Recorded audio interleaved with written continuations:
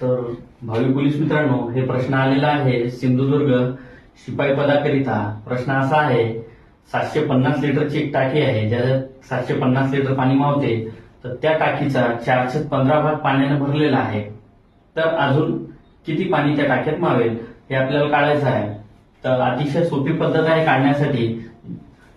750 गुणीला किती भाग भरलेला आहे, 415 भाग पाण्यानं भरलेला आहे.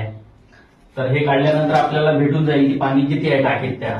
तर 15 आणि 750 ला भागाकार होऊ शकते. तर 15 एक 15, 15 पाची 75, हे शून्य इथं म्हणजे 50. आता 50 गुणीला 4 बरोबर 200.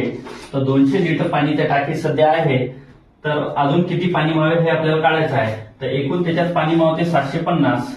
तर 750 वजा 200 हे वजाबाकी केल्यानंतर 750 मधून 200 गेले तर उत्तर येते 550. तर 550 लिटर पाणी अजून त्या टाकीत मावेल.